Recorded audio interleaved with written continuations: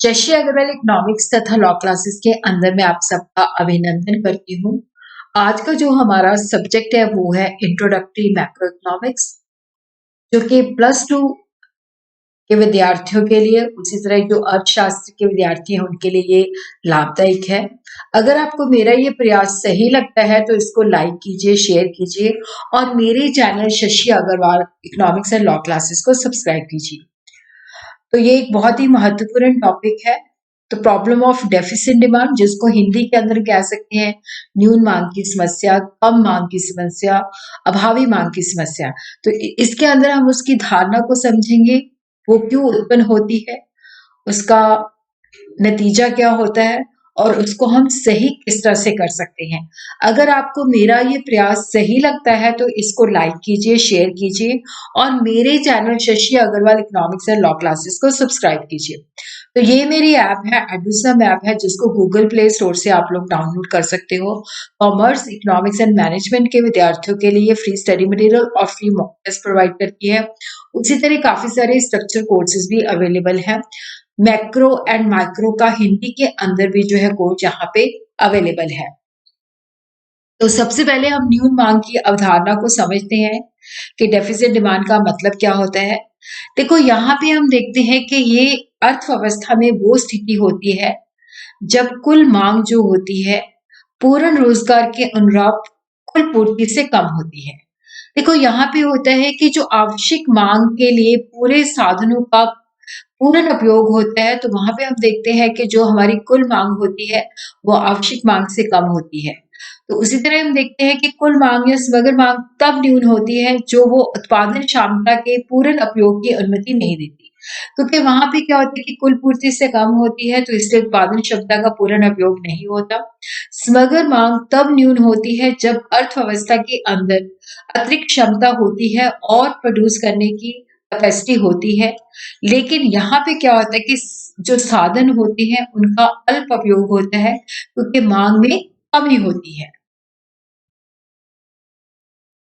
तो यहाँ पे हम देखते हैं कि पूर्ण रोजगार के स्तर पर एग्रीगेट डिमांड जो है वो एग्रीगेट सप्लाई से कम होती है। तो एग्रीगेट डिमांड जो है वो लेस देन एग्रीगेट सप्लाई, और एग्रीगेट डिमांड अपने पूर्ण रोजगार स्तर से कम होती है। तो यहाँ पे हम देखते हैं कि वाई एक्सिस पे हम लेते हैं एग्रीगेट डिमांड और एक्स एक्सिस पे हम लेते हैं इनकम या जीडीपी।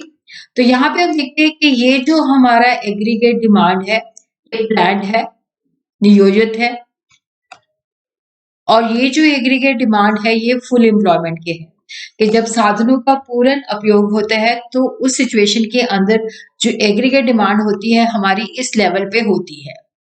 लेकिन यहाँ पे क्या होता है कि हमारी एग्रीगेट डिमांड जो है वो जो होती है, जो पूर्ण रोजगार पे एग्रीगेट डिमांड होनी चाहिए उससे कम होती है। तो ये जो गैप है वो ईएफ का है। तो ईएफ जो है हमारी न्यून मांग है, क्योंकि यहाँ पे क्या है कि देखो, जो जब साधनों का पूर्ण उपयोग होता है तो वहां पे ये डिमांड होती है, लेकिन हमारी जो नियोजित डिमांड है वो इतनी है, तो ये गैप है ईएफ। तो ईएफ जो है न्यून डिमांड है। तो ये हमारी क्या है कि इतनी मांग की कमी है। हमारी जो नियोजित मांग है वो जो मांग पूर्ण रोजगार पे होनी चाहिए उससे कम है।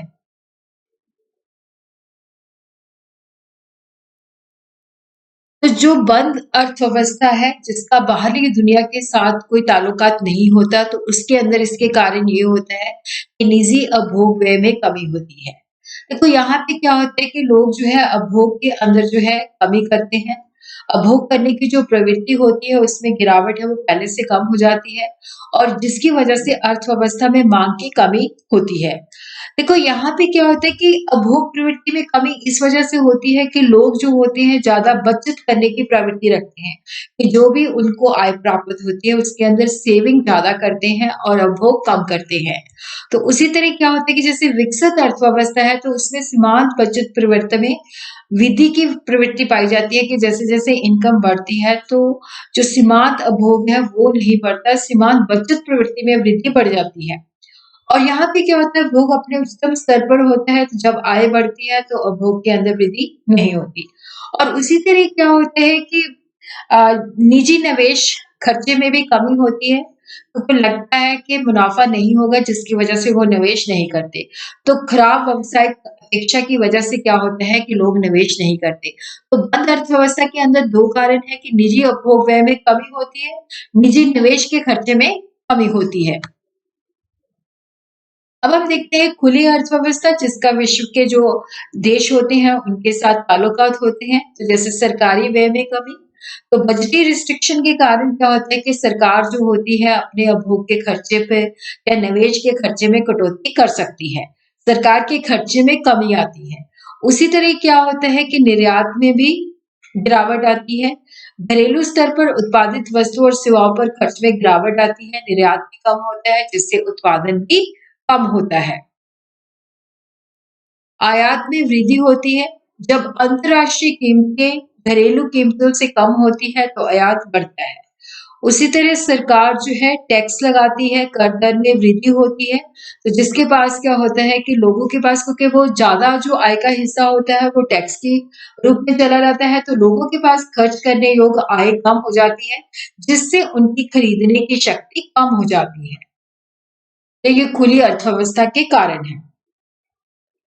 अब हम देखते हैं कि न्यून मांग जो है न्यून मांग उस वक्त अ, होती है जब नियोजित समग्र मांग अपने पूर्ण रोजगार स्तर से कम होती है। तो इससे क्या होता है कि जो मांग वक्र होता है, जो एग्रीगेट डिमांड होता है, वो नीचे की ओर खिसक जाता है।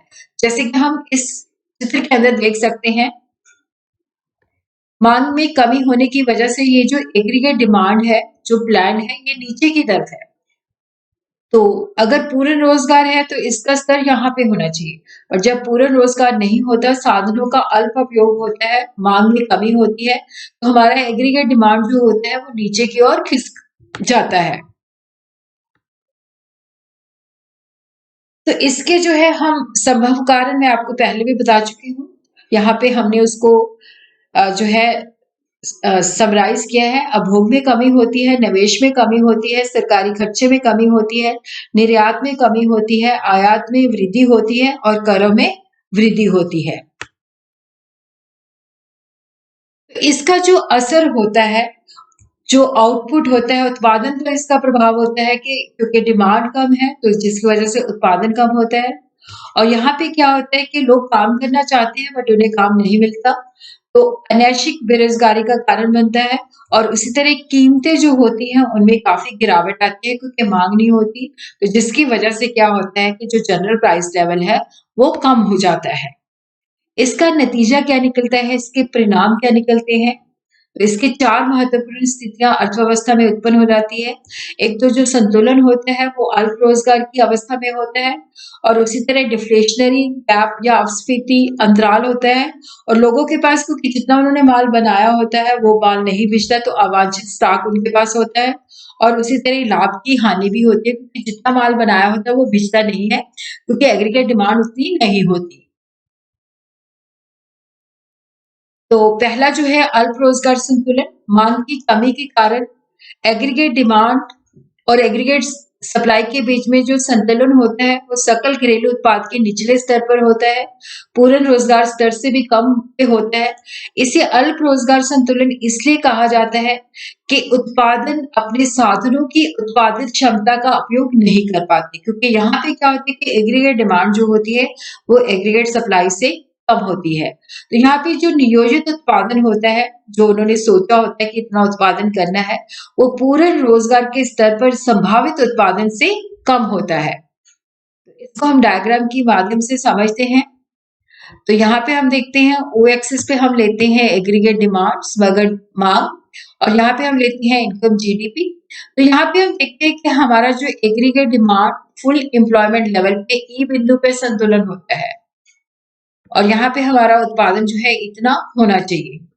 लेकिन क्या होता है कि एग्रीगेट डिमांड जो होती है वो फुल एम्प्लॉयमेंट लेवल पे जितनी होनी चाहिए उससे कम होती है। तो ये इतनी है डिमांड, जिसकी वजह से एग्रीगेट डिमांड जो हमारा प्लान है वो ये नीचे की तरफ है। तो यहाँ पे जो डिमांड होती है कम होने की वजह से क्या होता है कि उत्पादन कम होता है, और यहाँ पे हमारा संतुलन जो है इस बिंदु पे होता है। यहाँ पे एग्रीगेट डिमांड एग्रीगेट सप्लाई के बराबर होती है। तो ये जो ईएफ है ये जो है डेफिसिट डिमांड है। और यहाँ पे क्या है कि देखो जो हमारा संतुलन होता है, क्योंकि ये अल्प रोजगार संतुलन पे इतना उत्पादन होता है, जबकि पूर्ण रोजगार के अंदर संतुलन की अवस्था में इतना उत्पादन होना चाहिए, जिसकी वजह से क्या होता है कि उत्पादन क्षमता का उतना उपयोग नहीं हो पाता। इसी तरह हम देखते हैं डिफ्लेशनरी गैप, अपस्फीति अंतराल। तो हम यहाँ पे देखते हैं कि न्यून मांग है, जिसकी वजह से न्यून निवेश है, जिसकी वजह से न्यून उत्पादन होता है, जिसकी वजह से न्यून आय होती है, और हमारी जिसकी वजह से जो है लो डिमांड होती है। तो यहाँ पे हम देखते हैं कि एग्रीगेट डिमांड कम है, जिसकी वजह से क्या होता है, निवेश कम होता है, निवेश कम होता है तो उत्पादन कम होता है, उत्पादन कम होता है तो इनकम कम होती है, इनकम कम होती है तो डिमांड लो होती है।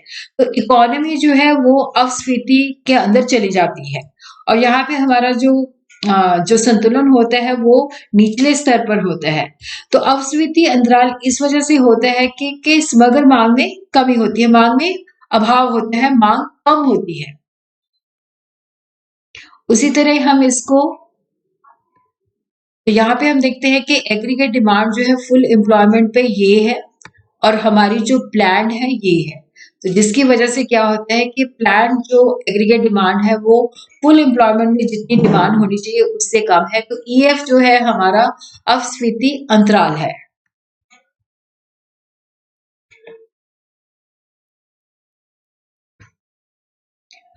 तो वो अंतर है जिसके द्वारा नियोजित कुल मांग पूर्ण रोजगार संतुलन स्थापित करने के लिए आवश्यक कुल मांग से कम हो जाती है, क्योंकि जितनी पूर्ण रोजगार संतुलन स्थापित करने के लिए कुल मांग चाहिए उससे हमारी जो नियोजित कुल मांग होती है वो कम होती है। उसी तरह हम देखते हैं कि जब मांग कम होती है तो जिससे क्या होता है कि जो उत्पादक होते हैं वो उतना माल नहीं बेच पाते जो उन्होंने योजना बनाई होती है, तो उनके पास स्टॉक इकट्ठा हो जाता है, जिसको हम कह सकते हैं अवांछित स्टॉक, क्योंकि वो उनकी इच्छा के मुताबिक इकट्ठा नहीं हुआ, इसीलिए हम अवांछित स्टॉक कहते हैं। और इन स्टॉक को क्लियर करने के लिए उनको कीमतों में गिरावट करनी पड़ती है, और उसी तरह जो अगले साल का एग्रीगेट सप्लाई होता है वो उसमें भी गिरावट आती है।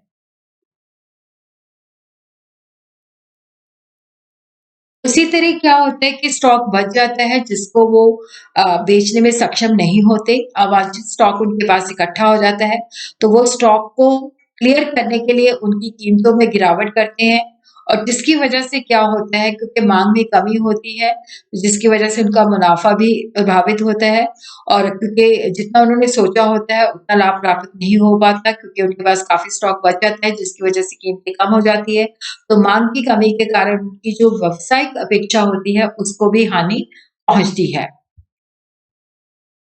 तो अब हम ये जो स्थिति है कि न्यून मांग है इसको हम किस तरह से सुधार ला सकते हैं? क्या हम जो माप है इसके लिए अपना सकते हैं? तो इसके अंदर क्या है कि सरकार जो है राजकोषीय नीति के द्वारा सार्वजनिक व्यय में वृद्धि कर सकती है, जिसके अंदर क्या होता है कि सरकार जो है लोगों के वेलफेयर के लिए काम कर सकती है, जिससे लोगों को रोजगार मिलता है, उनके पास पैसा आता है, जिससे वो चीजों की डिमांड करते हैं तो एग्रीगेट डिमांड बढ़ती है। और उसी तरह प्रत्यक्ष वो डायरेक्ट और इनडायरेक्ट टैक्स जो होते हैं उनको कम कर सकती है, ताकि लोगों के पास पैसा ज्यादा बचे और वो ज्यादा उसको खर्च करें। उसी तरह ऋण की उपलब्धता में मौद्रिक नीति जो है आरबीआई अडॉप्ट करता है, जिसके अंदर क्या होता है मात्रात्मक साधन इंस्ट्रूमेंट होते हैं, और क्वालिटेटिव मेयर जो है वो रिजर्व बैंक ऑफ इंडिया जो है अडॉप्ट कर सकता है। तो क्वांटिटेटिव इंस्ट्रूमेंट के अंदर जो मॉनेटरी पॉलिसी है बैंक दर में कमी करती है, जिससे क्या होता है कि जो ब्याज की दर होती है वो भी कम हो जाती है, जिससे होता है कि लोग जो है ज्यादा पैसे निवेश करने के लिए मांग करेंगे। और उसी तरह केंद्रीय बैंक जो है रिवर्स रेपो रेट घटाता है, जिससे क्या होता है कि ये बैंक को आरबीआई के पास कम पैसा रखना पड़ता है, जिसके पास बैंक के पास ज्यादा पैसा होता है तो वो ज्यादा लोगों को उधार दे सकते हैं। मांग की कमी के दौरान केंद्रीय बैंक जो होता है खुले बाजार से प्रतिभूतियों को खरीदना शुरू करता है, जिससे लोगों के पास पैसा जाता है ताकि वो चीजों की मांग कर सके, और ये सीधे तौर पर मुद्रा पूर्ति के स्तर को भी प्रभावित करता है। उसी तरह सीआरआर और एसएलआर के अंदर भी रेट की कमी आती है, ताकि बैंक जो है वो चीप मनी पॉलिसी अडॉप्ट करे, जिससे लोगों को ज्यादा ऋण मिले और ज्यादा वो खर्च कर सके। उसी तरह जो क्वालिटेटिव मेजर है जिसके अंदर क्या होता है मार्जिन की आवश्यकता में भी कमी करता है। इसका अर्थ होता है कि जैसे मैंने बैंक से लोन लेना है, तो जैसे पहले मैंने ₹100 का लोन लेना है तो ₹20 अपनी पॉकेट से देना है। अब आरबीआई कहता है कि आपको जो है 10% ही देना पड़ेगा, 90% आपको लोन मिलेगा, 90% बैंक देगा। तो मार्जिन जो है उसके अंदर कमी करता है, जिससे होता है कि बैंक से आपको ज़्यादा लोन मिलता है। और उसी तरह सरकार केंद्रीय बैंक जो है बैंकों को रिक्वेस्ट कर सकता है कि वो ज़्यादा से ज़्यादा लोन दें, और उसी तरह ही जो क्रेडिट रेशनिंग की प्रतिबंधता लगाई होती है उसको वापस ले लेता है, और उसी तरह बैंकों को वो प्रेरित करता है कि वो ज़्यादा से ज़्यादा क्रेडिट क्रिएट करे, साख जो है उसको निर्माण करे, उसकी निर्माण की वृद्धि को बढ़ाए। तो ये जो है वो ये जो है वो इस अवस्था को सही करने के लिए यत्न करता है।